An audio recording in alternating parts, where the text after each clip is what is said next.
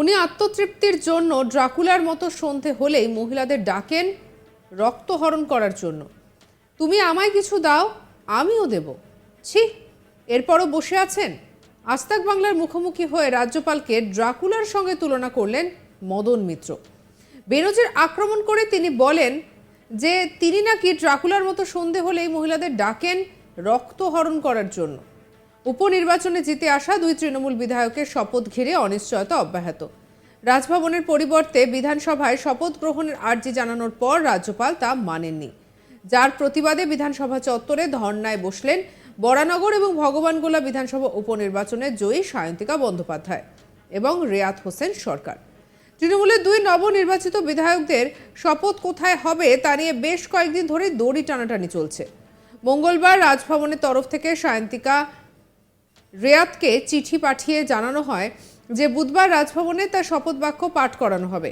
মঙ্গলবার বিকালে সায়ন্তিকারা জানান যে তারা বিধানসভাতেই শপথ নিতে চান। সেই মতো বুধবার সকাল থেকে বিধানসভার অপেক্ষা করেন তৃণমূলের দুই জয়ী প্রার্থী, কিন্তু রাজ্যপাল তাদের অনুরোধে সাড়া দেননি। আর যারই প্রতিবাদে ধর্নায় বসেছেন তারা। হাতে রয়েছে প্ল্যাকার্ড, আর তাতে লেখা শপথ নেওয়ার জন্য রাজ্যপালের অপেক্ষায় রয়েছি। তাদের সঙ্গে মাঝে মধ্যে কথা আসতেই পারে অন্য বিধায়কেরা। তৃণমূল সূত্রে খবর, বিধানসভা বন্ধ হওয়ার পর্যন্ত এই ধর্না চলে। আর এদিকে তা নিয়েই এবারে মুখ খুলেছেন তৃণমূল বিধায়ক মদন মিত্র। তিনি রাজ্যপালকে কটাক্ষ করে বলেন, উনি আত্মতৃপ্তির জন্য ড্রাকুলার মতো সন্ধে হলেই মহিলাদের ডাকেন রক্তহরণ করার জন্য। তুমি আমায় কিছু দাও, আমিও দেব। ছি, এরপরও বসে আছেন। কি বলেছেন শুনবো।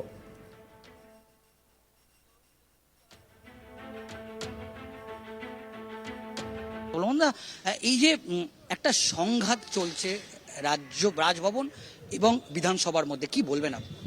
কোনো সংঘাত চলছে না, অসভ্যতা চলছে। একতরফা একটা মধ্যযুগীয় বর্বরতার মতো একটা নোংরা অসভ্যতা করছেন যার রাজ্যপাল, যার বিরুদ্ধে অভিযোগ তিনি তার মহিলা কর্মীকে বলেন তুমি আমায় কিছু দাও, আমিও তোমায় কিছু দেবো, এবং সেই মহিলা কর্মী ভয়ে দৌড়ে পালিয়ে যায়। এরপরে তিনি মুখ দেখান কি করে, তার পরিবারের কাছে মুখ দেখান কি করে, মানুষের কাছে মুখ দেখান কি করে? তারপরেও চলছে, কারণ ক্ষমতায় বিজেপি সরকার রয়েছে। আজকে যে এরা সায়ন্তিকারা আসবে, ওরা চিঠি দিয়েছিল এবং রাজ্যপাল অফিস থেকে ওদের কনফার্ম করা হয়েছিল যে 26 তারিখ at 11 AM their oath will be taken। কিন্তু হঠাৎ উনি বললেন যে দিল্লি চলে গেছেন। আমি জানি না উনি কোনো জমজ জোগাড় করেছেন কিনা, কারণ কয়েকজন বলছে দেখে যেতে এয়ারপোর্টের দিকে যেতে। আমার মনে হয় অত বড় রাজ্যপালের প্রিন্স অফ ওয়েলসের পাশে আরও অনেক স্যুট আছে, খুঁজে বেরোলে সন্ধ্যের মুখ তো এখন পাওয়াও যেতে পারে। ছ্যাবলামি হচ্ছে। বলেছেন বরানগরকে ভেকেট করে দেবেন, থ্রেট করেছেন। উনি ভাবছেন আমি সায়ন্তিকাকে থ্রেট করছি। না না, সায়ন্তিকা তো একজন। এই বরানগরকে ভেকেট করে দেবো মানে ভারতবর্ষের 140 কোটি মানুষের সংবিধানকে থ্রেট করছেন। যে মানুষ যদি ঘুরে বেড়ায় আপনাকে ডিলিট করে দেবে, আপনার এই পোস্টটা ডিলিট করে দেবে। আপনার যে এই সাংবিধানিক পাওয়ার, যে পাওয়ারের জোরে আপনি এই ছেলে মানুষের মতো নোংরা খেলা খেলছেন, আপনার একমাত্র উপযোগী জায়গা হচ্ছে রিহ্যাব সেন্টার অথবা মেন্টাল অ্যাসাইলাম, সেখানে চলে যান। এর আগেও আমরা দেখেছি এরকম আর একজন যে বিধায়ক উত্তরবঙ্গের, তাকে নিয়েও এরকম একটা সংঘাত তিনি জড়িয়েছিলেন। এবং বিজেপির তো আর কোনো কেউ আসবে না, যা আসবে সবই তৃণমূলের আসবে। ওকে বারবারই এরকম আঘাত পেতে হবে, তো তাতে তো মানুষের তৃণমূলের প্রতি সমর্থন কমবে না, আরও বাড়বে। তবে আমরা অপেক্ষা করছি। আমাদের বিধায়কদের সঙ্গে আমাদের বিধানসভা স্পিকার মিটিং করছেন। দল সিদ্ধান্ত নিলে, যেমন দিল্লিতে 100 দিনের কাজের জন্য রাস্তায় নেমেছিলাম, সেরকম আবার নামা হবে। স্পিকার বলেছেন বিমান বন্দ্যোপাধ্যায় যে সংবিধানে আছে, যে সংবিধানে যেটা আছে যে এই মধ্যবর্তীকালে স্পিকার শপথ গ্রহণ করাতে পারে, একেবারে সংবিধানে ইন্টারিম শপথ গ্রহণে কাজ কারণ কাজ চালাতে হবে তো। কারণ এই মুহূর্তে বরানগর আনরিপ্রেজেন্টেড। তাহলে 5 তারিখ থেকে আজকে 26 তারিখ, এই 20 দিন 21 দিন বরানগরের মানুষ কোনো বিচার পেল না। বিচারের বাণী নীরবে নিভৃতে কাঁদলো। কে দেবে সই, কে দেবে অ্যাটেস্টেড, কে করবে ফোন, কে হাসপাতালের চিকিৎসার ফ্রি ব্যবস্থা করে দেবে? এমএলএর তো এটাই কাজ। কে ওখানে অন্যায় হলে কোথাও অত্যাচার হলে তার প্রতিবাদ করবে। সেখানে ভগবান গোলার এই বরানগর এইগুলো থেকে বঞ্চিত হলো। কার জন্যে?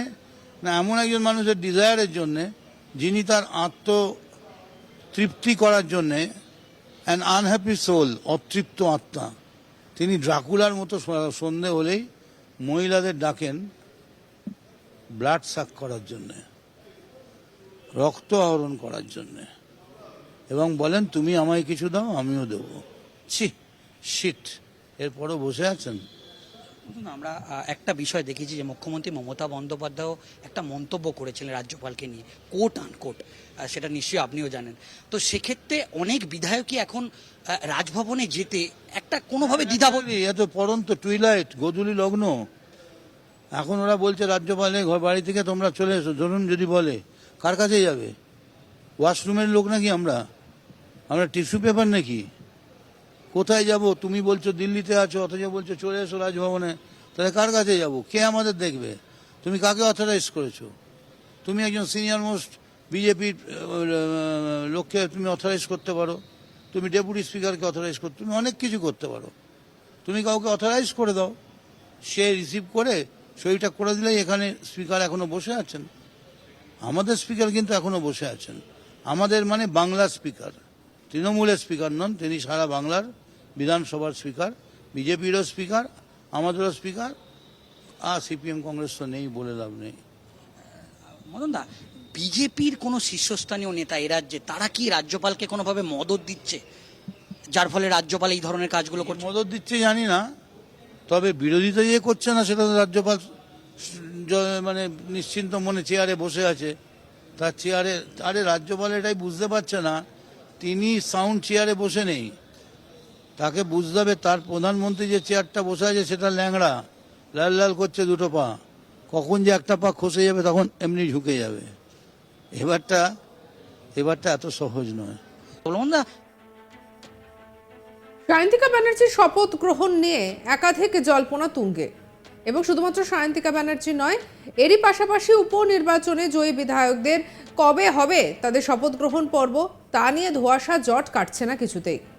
এবং এর মধ্যেই মদন মিত্রের বক্তব্য যথেষ্ট পরিমাণে ভাইরাল হয়েছে। তিনি বলছেন যে উনি আত্মতৃপ্তির জন্য ড্রাকুলার মতো সন্ধে হলেই মহিলাদের ডাকেন রক্তহরণ করার জন্য। তুমি আমায় কিছু দাও আমিও দেব। ছি, এরপরও বসে আছেন। আজ তাক বাংলার মুখোমুখি হয়ে রাজ্যপালকে কটাক্ষ মদন মিত্রের।